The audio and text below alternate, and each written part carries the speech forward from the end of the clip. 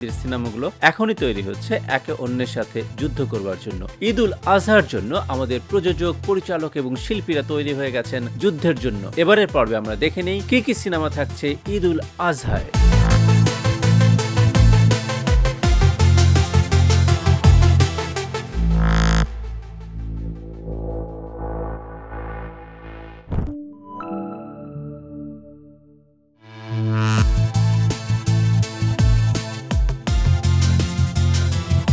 প্রিয় দর্শক, welcome back to my show with Saikat Salauddin. বেজে উঠেছে যুদ্ধের দামামা।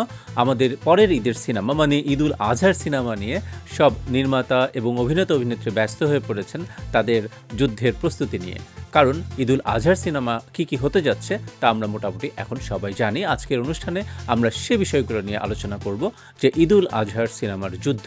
একটা সময় ছিল যখন মনে করা হতো ঈদ উল ফিতরে চলবে রোম্যান্টিক সিনেমা, আর ঈদ উল আজহায় চলবে মারদাঙ্গা সিনেমা, মানে ধুন্ধুমার অ্যাকশন সিনেমা।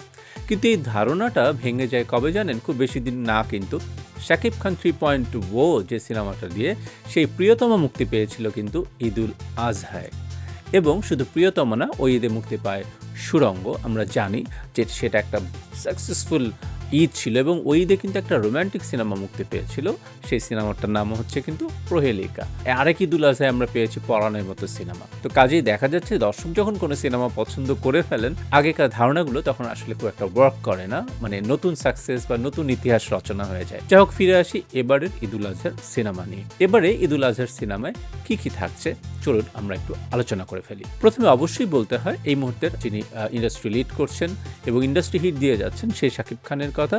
শাকিব খানের তাণ্ডব মুক্তি পাচ্ছে এবারের ঈদ উল আজহায়। কথাটা আমরা এভাবেও বলতে পারি, রায়হান রাফির তাণ্ডব মুক্তি পাচ্ছে এবারের ঈদ উল আজহায়। কারণ রায়হান রাফি কিন্তু নিজেকেও এমন একটা জায়গায় নিয়েছেন যে তার সিনেমা দেখার জন্যও কিন্তু মানুষ অপেক্ষা করেন। এবং রায়হান রাফি এবং শাকিব খানের যে ডিও, সেটার একটা সাকসেস আমরা পেয়েছি, একটা বড় সাকসেস আমরা পেয়েছি তুফান, এবং এরপরেই কিন্তু আসছে তাণ্ডব। এবং তাণ্ডবে কিন্তু আরও অনেক অ্যাপিয়ারেন্স আছে, যেমন সাবিলা নূর, তার জায়গায় তো তিনি, আমি বলবো যে খুবই পপুলার। তিনি প্রথমবারের মতো আসছেন এবং সেটা আসছেন শাকিব খানের বিপরীতে। আমরা শুনেছি তার প্রিয়তমায় কাজ করার কথা ছিল এবং তিনি এটি স্বীকার করেছেন, তখন নানা কারণে করা হয়নি।